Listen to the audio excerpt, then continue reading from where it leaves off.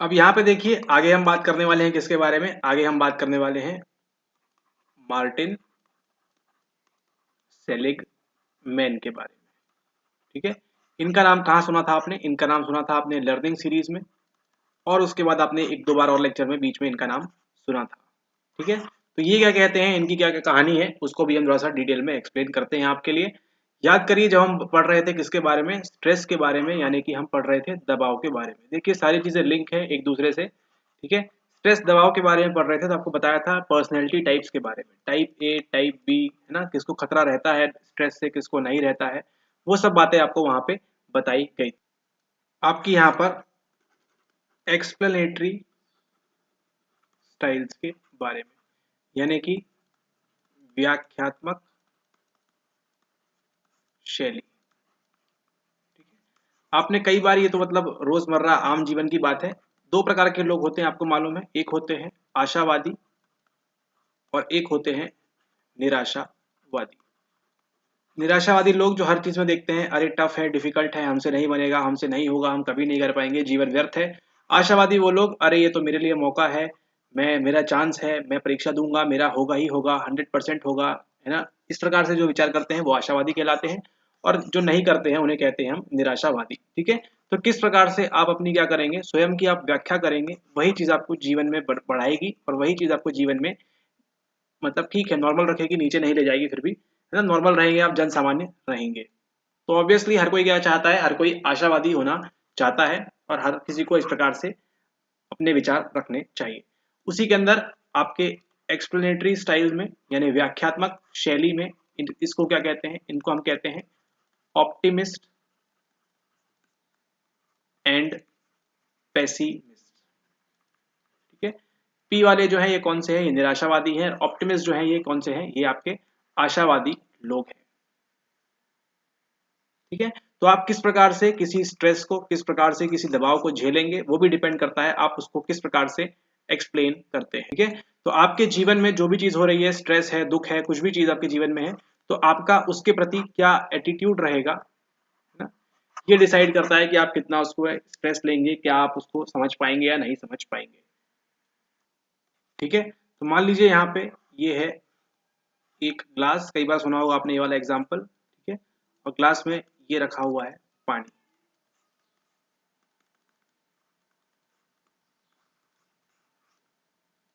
ठीक है, तो आप बताइए यहाँ पे आपको क्या दिख रहा है। ठीक है, अगर आप आशावादी हैं, अगर आप ऑप्टिमिस्ट हैं, तो आपको कैसा दिखेगा ये ग्लास, आपको ये दिखेगा कि ये आधा भरा हुआ है। ठीक है, और अगर आप कैसे हैं, अगर आप पेसिमिस्ट हैं, निराशावादी, तो क्या है आपके लिए ये ग्लास आधा खाली है।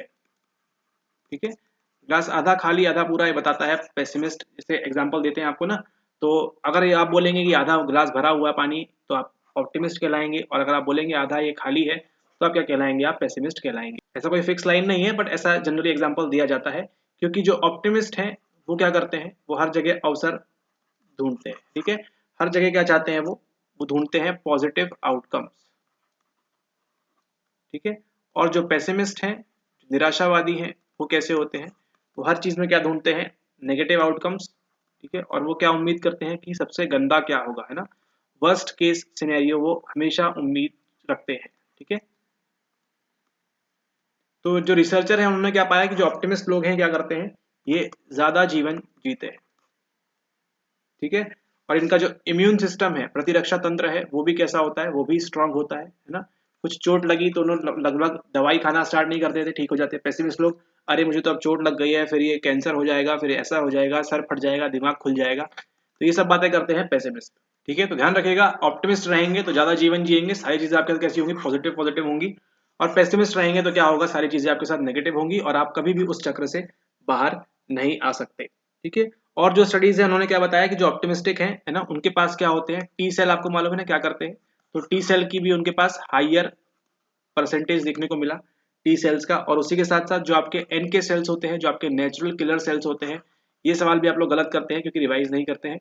जो आपके एन के सेल्स होते हैं, नेचुरल किलर सेल्स होते हैं, उनके भी आपको क्या देखने मिलते हैं, हाइयर परसेंटेज देखने मिलते हैं, किसके अंदर, आशावादी लोगों के अंदर, जो हर चीज में क्या खोजते हैं, आशा खोजते हैं, अवसर खोजते हैं।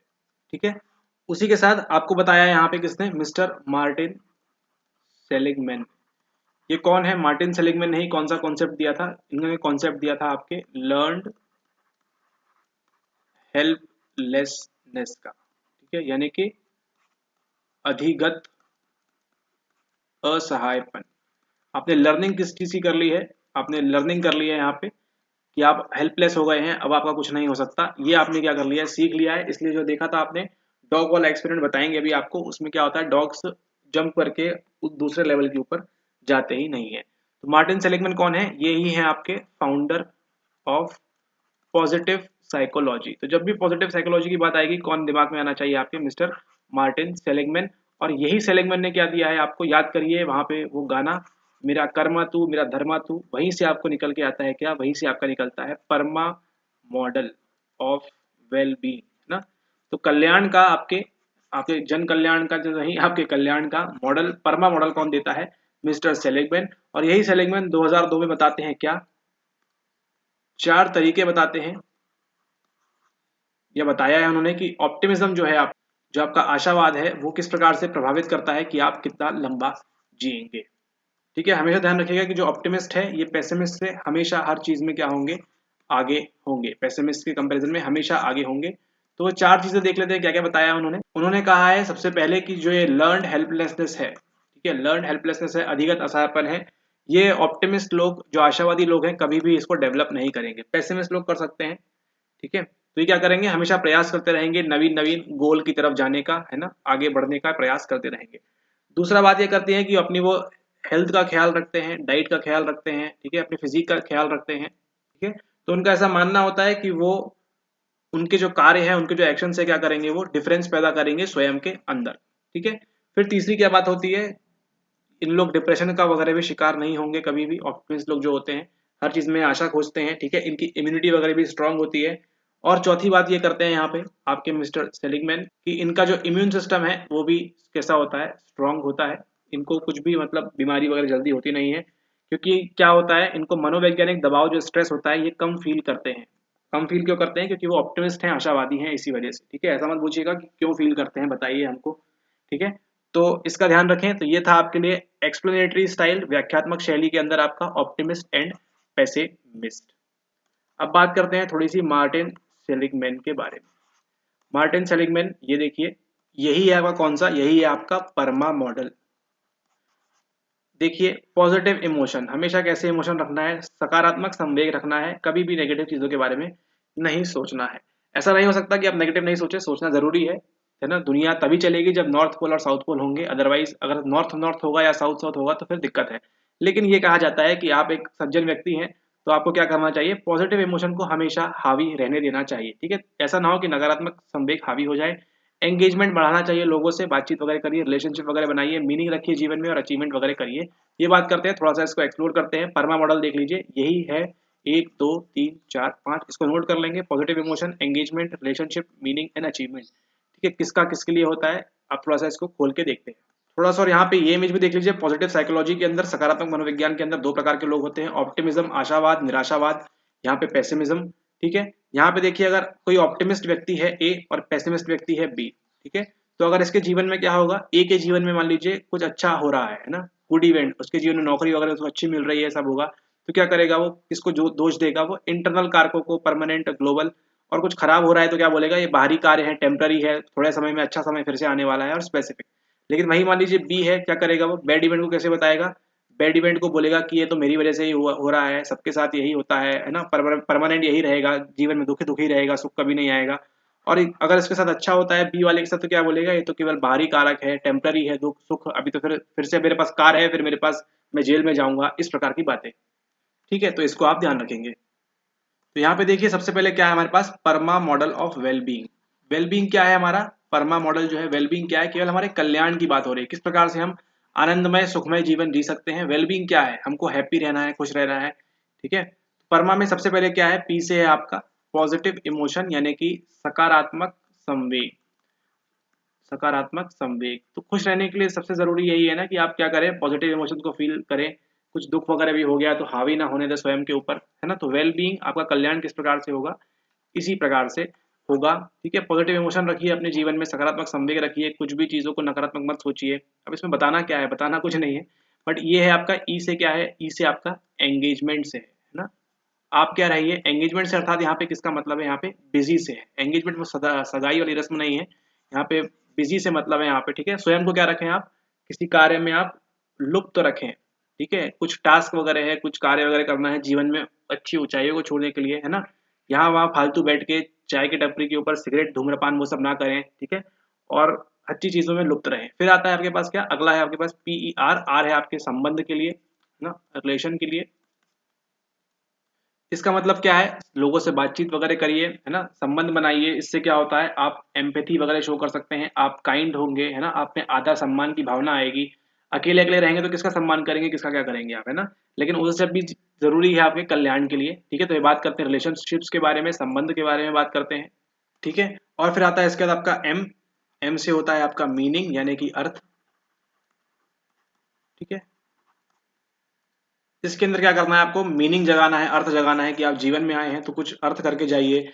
हो सकता है आप मतलब चाहते हैं कि ग्रीन इंडिया क्लीन इंडिया रहे, है ना, एक मीनिंग हो गया। अपनी फैमिली के लिए आप कुछ करना चाहते हैं, फैमिली का नाम वगैरह उठाना चाहते हैं, किसी मीनिंग के लिए आप किसी अर्थ के लिए जो भी कर रहे हैं वो कर रहे हैं। ठीक है, या फिर हो सकता है आप नदियों को साफ रखना चाहते हैं। ठीक है, या फिर आप स्वच्छ भारत चाहते हैं, या फिर गंदा भारत चाहते हैं, जैसा भी चाहते हैं वहाँ पे आप। ठीक है, आप चाहते हैं पॉलिटिक्स में ऐसा हो। मेन काम ये है पूरे परमा मॉडल का कि आपको खुश रहना है, आपका कल्याण होना चाहिए। और अंत में आता है सबसे क्या, अंत में आता है ए से आपका अकम्पलिशमेंट, यानी कि उपलब्धता। यहाँ पे आती है अचीवमेंट।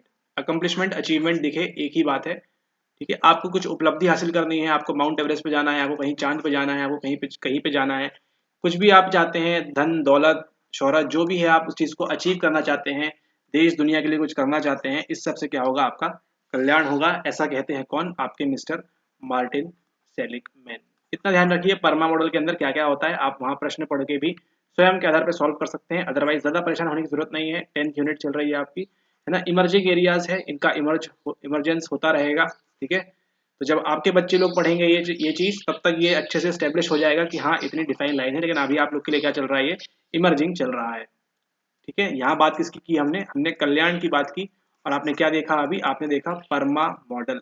तो आज के बाद अगर परमा मॉडल देखें तो समझ जाइएगा उन 5 चीजों की बात हो रही है जो इस वीडियो में हमने एक्सप्लेन किया, और आपका 10% भी यहाँ पे मदद करेगा।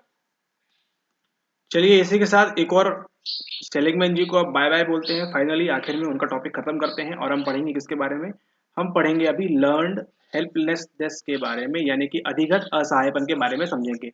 आप कोई भी चीज सीख रहे हैं, जैसे इस वीडियो के माध्यम से आप कुछ चीज सीख रहे हैं, ठीक है, ऐसे ही क्या सीख लिया है आपने, असहायपन सीख लिया है। ठीक है, अब आपकी मदद कैसे भी नहीं हो, क्यों नहीं लिखा जा रहा सही से असहायपन, आपने असहायपन, हाँ असहायपन क्या कर लिया आपने, सीख लिया है। हमने भी जैसे देखिए यहाँ पे सीख लिया कैसे लिखना है सही से, उसी प्रकार से आपने क्या सीख लिया है, हेल्पलेसनेस सीख ली है। क्या होता है यहाँ पे, बात चलती है आपके 1975 में।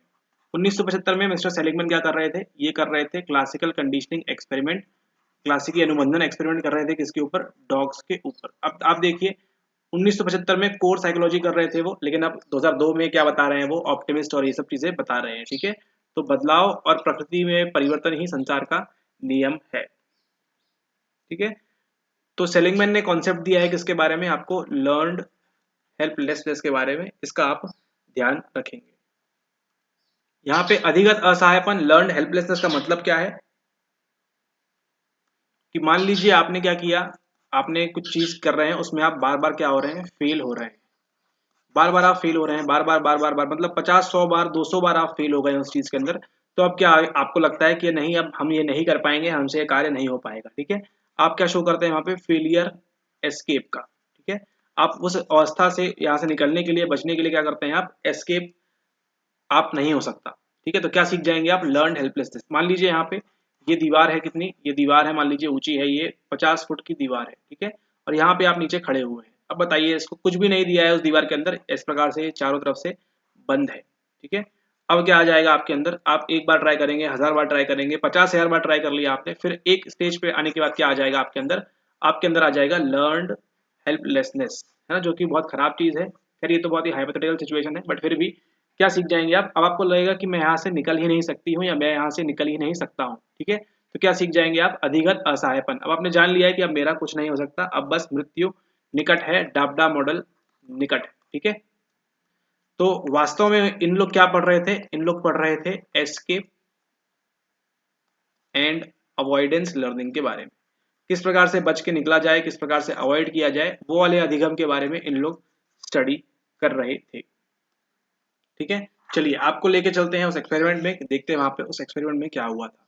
यहाँ पे रहता है एक इस प्रकार का प्लेटफॉर्म और उसके ऊपर खड़ा रहता है कौन? एक कुत्ता, एक डॉग।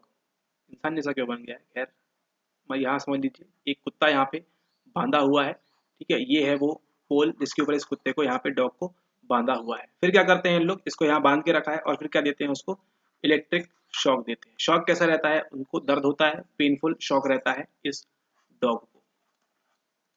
ठीक है, और ये बंद रहता है ताकि इन लोग को क्यों क्यों बांधा जाता है? ताकि इन लोग क्या ना कर सकें, इन लोग एस्केप, अपना बचाव, वहां से भाग ना सकें जो डॉग्स हैं वो। ठीक है, तो क्या होता है? एक्सपेरिमेंट स्टार्ट होता है। सबसे पहले क्या होता है? एक टोन बजाई जाती है, क्लासिकल कंडीशनिंग है ना, तो एक टोन बजाई जाती है, टू बीप करके कुछ भी टोन बजाई जाती है, और उसके बाद फॉलोड बाय दैट क्या करते हैं वो देते हैं ये वाला एक शॉक। ठीक है, टोन बजी शॉक, टोन बजी शॉक, टोन बजी शॉक, टोन बजी शॉक, टोन बजी शॉक, टोन बजी शॉक, टोन बजी शॉक, ये लगातार चलता रहता है। अब आप वहां पे होते तो क्या एक्सपेक्ट करेंगे आप? कि जैसे ही टोन बजेगी इन डॉग्स को क्या करना चाहिए? अपना बचाव करना चाहिए, यहाँ वहां भागना चाहिए, है ना? ऐसा ही उन रिसर्चर्स ने भी अज्यूम किया था। ठीक है, तो यहाँ पे मान लीजिए, यहाँ पे तो एक ही डॉग दिखाया, मान लीजिए यहाँ पे दो चार और होंगे उनके लिए। तो वो क्या चाह रहे थे? क्लासिकल अनुबंधन चाह रहे थे, किसका? इस टोन का, कि टोन बजते साथ ही क्या हो, वो शॉक, उनको मालूम पड़े कि शॉक आने वाला है और वो क्या करे? अपना बचाव करे। ठीक है, ओके, कहानी घूमती है अगले दिन के लिए, और फिर क्या होता है? एक बड़ा प्लेटफॉर्म आता है, इसमें बहुत सारे यहाँ पे डॉग 1 2 3 4 5। ठीक है, आपको समझाने के लिए 5 ले रहे हैं यहाँ पे। ठीक है, सेम सिचुएशन होती है, लेकिन क्या किया जाता है यहाँ पे? इस प्रकार से एक और बॉक्स रहता है। ठीक है, और मान लीजिए उनको शॉक नीचे से लग रहा है। ठीक है, इस प्रकार से नीचे से शॉक लग रहा है उनको, तो क्या किया जाता है? सेकंड वाला, फोर्थ वाला और फिफ्थ वाला, ये डॉग्स कैसे हैं? जिनको पहले क्लासिकल कंडीशनिंग मिली है ना, जिनको टोन और झटका पहले मिला है, और 1 2 वाले ऐसे, 1 3 वाले ऐसे रहते हैं जिनको पहले ऐसा कुछ भी नहीं किया जाता है। ठीक है, तो यहाँ पे ये थोड़ी सी फेंस रहती है ऐसी, इसके ऊपर से ये सारे जो डॉग्स हैं यहाँ पे इसको देख सकते हैं कि वहां पे हम जा सकते हैं। ठीक है, अब आप ये मत बोल दीजिएगा कि ये लोग दूर खड़े हैं इसलिए। चलिए आप लोग ये वाला 1 2 3 जो है, मान लीजिए वो क्या है? वो 1 2 3 या पीछे भी बना हुआ हो सकता है इस तरह से। 1 2 3 है जो क्या है, सबके पास में यह है कूद के जाने के लिए, जंप करने के लिए, और 4 5 वाले जो हैं अब क्या हो गए हैं, उनके साथ क्लासिकल कंडीशनिंग नहीं की गई थी। ठीक है, आप लोग काफी समझदार हैं, बोल देंगे कि ये तो पास में खड़े हैं। ठीक है, तो ये जो 1 2 3 वाले हैं इनको क्लासिकल कंडीशनिंग मिली थी, इनको क्लासिकल कंडीशनिंग उस टोन की नहीं मिली थी। तो क्या होना चाहिए बताइए? सभी कुत्तों को यहाँ पे आ जाना चाहिए ना, सभी डॉग्स को यहाँ पे आ जाना चाहिए, लेकिन 1 2 और 3 ये लोग नहीं आते हैं। ये वाले फटाक से यहाँ पे या यहाँ पे आके जंप कर जाते हैं दूसरी तरफ उस शॉक से बचने के लिए। तो आपको भी लगा ना शॉक? इसी प्रकार से उन रिसर्चर्स को भी क्या लगा था? वहां पे शॉक लगा था। ठीक है, उन्होंने टोन बजाई, शॉक दिया, ये जो कुत्ते थे यहाँ पे उछल कूद के यहाँ पे श्वान आ गए यहाँ पे, लेकिन ये जो डॉग्स थे ये लोग नहीं आए। ठीक है, तो ये जो डॉग्स थे आपके शुरू वाले, जिनको क्लासिकल कंडीशनिंग मिली थी उस टोन और उस शॉक के साथ, उन्होंने क्या सीख लिया? उन्होंने सीख लिया असहायपन। अब तो जबकि असहायपन सीख लिया, है ना। पहली कंडीशन में क्या था? उनके पास कोई भी एस्केप नहीं था, है ना। लेकिन फिर क्या होता है जब सेकंड कंडीशन में उनको रखा जाता है जहाँ पे एस्केप पॉसिबल है, वहां पे भी क्या करते हैं? उन लोग असहायपन शो करते हैं, वहां पे भी उन लोग हेल्पलेस स्वयं को शो करते हैं। उनका ये मानना था उन डॉग्स का कि वो क्या नहीं कर सकते, अपना बचाव, यहाँ से भाग नहीं सकते हैं, इसलिए क्या किया उन्होंने? ट्राई भी नहीं किया। इसी प्रकार से आप लोग भी क्या करते हैं? शो करते हैं। जब आपको दिया जाता है रिसर्च का पैराग्राफ या फिर आपको कुछ टफ सवाल या फिर कुछ ऐसा सवाल दिया जाता है, आप लोग क्या करते हैं? उसको अटेम्प्ट ही नहीं करते हैं, क्योंकि आपने पहले कभी किया नहीं है। लेकिन अभी कहाँ पे है? आप लोग नई कंडीशन में है, ये आप भूल जाते हैं। ठीक है, तो प्लीज आगे से ट्राई करें, जैसा भी बन रहा है सवाल ट्राई करें, उसको पढ़ने का प्रयास करें सारे सवालों को, तो आपका भी ये असहायपन, हेल्पलेस आप भी स्वयं को फील नहीं करेंगे। ठीक है, और इसका सबूत भी है कि मतलब अभी तो हम रिसर्च नहीं कर रहे हैं, बट इसका सबूत भी है कि जो लोग ट्राई करते हैं उनके आंसर्स, जो लोग ट्राई कर रहे हैं उनके आंसर्स 10 में से 2 तो सही हो रहे हैं एटलीस्ट, लेकिन जो ट्राई नहीं कर रहे हैं, है ना, उनके 10 में से 1 भी सही नहीं हो रहे हैं, है ना। तो कम से कम 2 तो सही कर रहे हैं वो, भले ही 8 नहीं कर पा रहे हैं, लेकिन 2 तो सही कर रहे हैं ना कहीं आपसे आगे हैं वो। तो इसलिए ट्राई करना क्या है? बहुत जरूरी है। तो इसी के आधार पे मिस्टर मार्टिन सेलिगमैन ने बताया है किसके बारे में हमको, मार्टिन सेलिगमैन ने हमको बताया है लर्नड हेल्पलेसनेस के बारे में, अधिगत असहायपन के बारे में हमको बताया है। फिर जो सेलिगमैन थे इसी कॉन्सेप्ट को आगे ले गए और उन्होंने किससे लिंक किया कि आपके डिप्रेशन में भी हमको इसी प्रकार से कैरेक्टरिस्टिक देखने को मिलते हैं। तो एक सवाल भी आया था कि लर्न हेल्पलेसनेस का किससे संबंध है, स्किज़ोफ्रेनिया और पैरानॉइड और वो सब चीजें, इसका संबंध किससे है, आपके डिप्रेशन से। ठीक है, जो डिप्रेस्ड लोग रहते हैं, अवसादग्रस्त लोग रहते हैं, उनके पास क्या होता है, इमोशंस वगैरह वो लैक करते हैं, उनके पास काफी सही चीजें नहीं होती हैं और अपने आप को कैसा महसूस करते हैं, वो असहाय महसूस करते हैं और बच के निकलने की कोशिश भी नहीं करते। मान लीजिए जॉब वगैरह में उनको मजा नहीं आ रहा है, लेकिन डिप्रेस वगैरह में तो बचने की कोशिश भी नहीं करते, नई जॉब्स भी फाइंड नहीं करते हैं। ठीक है, इसी के साथ साथ एक एक्स्ट्रा इनपुट पॉइंट आप लोगों के लिए हम बात करेंगे थोड़ा सा फेवरेट जो है न्यूरो साइंटिफिक वे से भी, कि लर्न हेल्पलेसनेस जब होती है तो क्या होता है, हमारे ब्रेन में क्या होता है, कुछ ना कुछ तो हो रहा होगा ना। अगर हम लर्न हेल्पलेसनेस सीख गए हैं तो उसको भी थोड़ा सा देखते हैं। दो ये अब एडवांस का भी एडवांस हो रहा है, बट ठीक है फिर भी आप लोग देखिए। नाम क्या है, Steven F mayor, MEIER, Steven F mayor. इन्होंने बताया कि आपकी ब्रेन स्टेम, ब्रेन स्टेम में कुछ एक ऐसा एरिया होता है जो क्या करता है, रिलीज करता है एक न्यूरोट्रांसमीटर जिसका नाम क्या है, सेरोटोनिन। ये वही सेरोटोनिन है जो आपने सुना था कहाँ पे, ये वही तंत्रिका संचारक है जो आपने स्लीप के साथ सुना था। ठीक है, तो वहां से सेरोटोनिन रिलीज होता है यहाँ से, और यही एरिया जो है ये क्या कर सकता है, आपका जो एमिगडाला है, आपकी जो गलतुंडिका है ना, इसको भी एक्टिव कर सकता है। केवल ये रिसर्च चल रही है, ऐसा कुछ साइंटिफिकली प्रूव कर रहे हैं लोग, प्रयास कर रहे हैं, सिर्फ एक्सपेरिमेंट नहीं, ये केवल एक रिसर्च हुई है, स्टडी हुई है स्टीवन एफ मेयर के द्वारा, कि आपके ब्रेन स्टेम में एक जगह है जहां से सेरोटोनिन नाम का तंत्रिका संचारक रिलीज होता है, और वो क्या करता है, वही चीज आपके एमिगडाला को भी कंट्रोल करती है, यानी कंट्रोल यहाँ पे उसको एक्टिवेट करती है आपके एमिगडाला को। एमिगडाला के पास क्या है आपको मालूम है, किसकी स्मृति होती है, आपके फियर की होती है ना, डर की और आपके एंग्जाइटी की। और इसके साथ साथ यही एरिया क्या करता है, डिक्रीज करता है आपके ब्रेन की एक्टिविटी को, है ना, वहां की जो प्रक्रिया फंक्शन है उसको डिक्रीज करता है। कौन से एरियाज को, जो रिस्पॉन्सिबल है किसके लिए, आपके फ्लाइट एंड फाइट रिस्पॉन्स के लिए। ठीक है, यहाँ पे देखिए आप दो चीजें ज्वाइन हो गई हैं, एक तो ये यहाँ पे फियर एंड एंग्जाइटी वाला जो है ना, वो ये वन, और आपका ये फ्लाइट एंड फाइट रिस्पॉन्स जो है आपका यहाँ पे, है ना, कि आप एस्केप नहीं कर पा रहे हैं, भागना है कि नहीं भागना है ना, ये दोनों बिहेवियर किससे संबंधित है, आपके लर्नड हेल्पलेसनेस से। और यही जो पार्ट है हमारे ब्रेन स्टेम का जिसका नाम क्या है, डोर्सल राफे न्यूक्लियस या न्यूक्लियाई।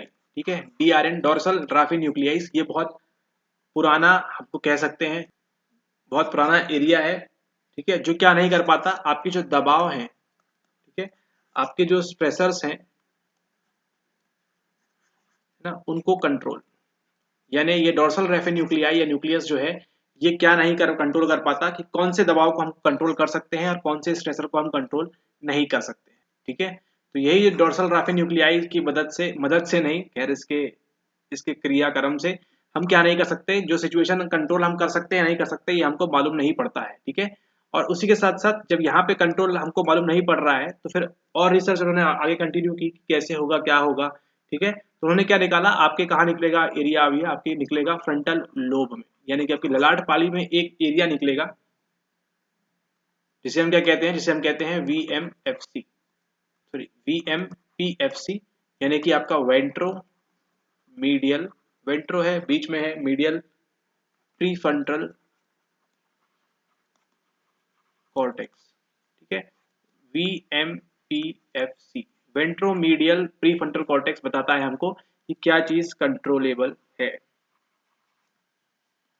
ठीक है, तो ये VMPFC वेंट्रोमीडियल प्रीफ्रंटल कॉर्टेक्स कैसे करता होगा, फिर वो जो ब्रेन स्टेम का एरिया था, है ना, ब्रेन स्टेम का जो वो एरिया था उसको क्या बताता होगा, उसको इनहिबिट कर देता होगा। इनहिबिट मतलब क्या होता है, वहां पे रोकना, इनहिबिशन प्रतिरोध, सुना है आपने ना, प्रतिरोध नहीं सॉरी, यहाँ पे अवरोध ना, रोकना, है ना, निषेध। इनहिबिट मतलब क्या होता है, निषेध। ध्यान रखिएगा, इनहिबिट अभी काम आने वाला है बहुत ज्यादा। इनहिबिट मतलब निषेध, ठीक है। अवरोध उत्पन्न करेगा कहाँ पे, आपके उसी ब्रेन स्टेम के डोर्सल रेफिक न्यूक्लियाई में, ठीक है। और इससे क्या होगा फिर, आपका जो एमिगडाला है, वो आपका जो एमिगडाला है, जो कलतुंडिका है, वो क्या हो जाएगी, वो शांत हो जाएगी, है ना, वो काम हो जाएगी। कि वहीं पे क्या कर रहा था पहले, वो जाके फियर एंड एंग्जाइटी उत्पन्न कर रहा था एक्टिवेट करके एमिगडाला को। लेकिन अब क्या होगा, जब ये इसमें अवरोध पैदा हो जाएगा तो क्या होगा, एमिगडाला भी शांत रहेगा, और जो प्राणी है, जो एनिमल है या फिर जो भी लोग हैं, वो क्या होंगे, वो अपना जो कंट्रोल कर सकेंगे जो भी सिचुएशन है उसके साथ में। तो इन्होंने क्या बताया, आपके जो मेयर थे, मेयर एंड उनके कलीग्स ने क्या बताया आपको, कि बजाय इसके कि हम सीखें कि क्या नहीं सीखना है, जरूरी है ट्रेनिंग किसकी, आपके एनिमल्स में VMPFC की, ठीक है। क्योंकि वहां पे जो डॉग्स थे मार्टिन सेलिगमैन के साथ, है ना, वो ये नहीं सीख रहे थे कि लर्न हेल्पलेसनेस क्या होती है, लेकिन वो यहाँ पे ये नहीं सीख रहे थे कि रिलैक्स कैसे होना है और कंट्रोल कैसे करना है, ठीक है। तो वहां पे वो हेल्पलेसनेस सीख रहे थे, हेल्पलेस कैसे हो सके, हम असहाय हो सके, वो सीख रहे थे। बजाय इसको क्या सीखना था उनको, रिलैक्स और कंट्रोल कैसे हो। खैर वो डॉग्स है, श्वान है, उनको क्या पता, लेकिन ये लोग तो रिसर्च कर रहे हैं, तो उसके आधार पे आपको ये सब बातें बताई जा रही है। ये देखिए, ये है आपकी ब्रेन स्टेम, है ना, यहाँ पे देख रहे हैं, ये है आपका कौन सा, राफे न्यूक्लियाई, जो क्या करता है, एमिगडाला को अंदर एक्टिवेट करता है, एंड देन वो सारी चीजें, ठीक है। और यही वो भाग है आपका कौन सा, VMPFC, वेंट्रोमीडियल प्रीफ्रंटल कॉर्टेक्स, ठीक है। ये देखिए, ये सेरेबेलम है, यहाँ पे वो है, ये यहाँ अंतर करता है, और ये देख रहे हैं आप नीचे से तब इस प्रकार से दिखता है, ठीक है। ओके, तो जो जो आपको बताया है ध्यान रखिएगा उसको, और क्या करिए, अच्छे से रिवाइज करिए।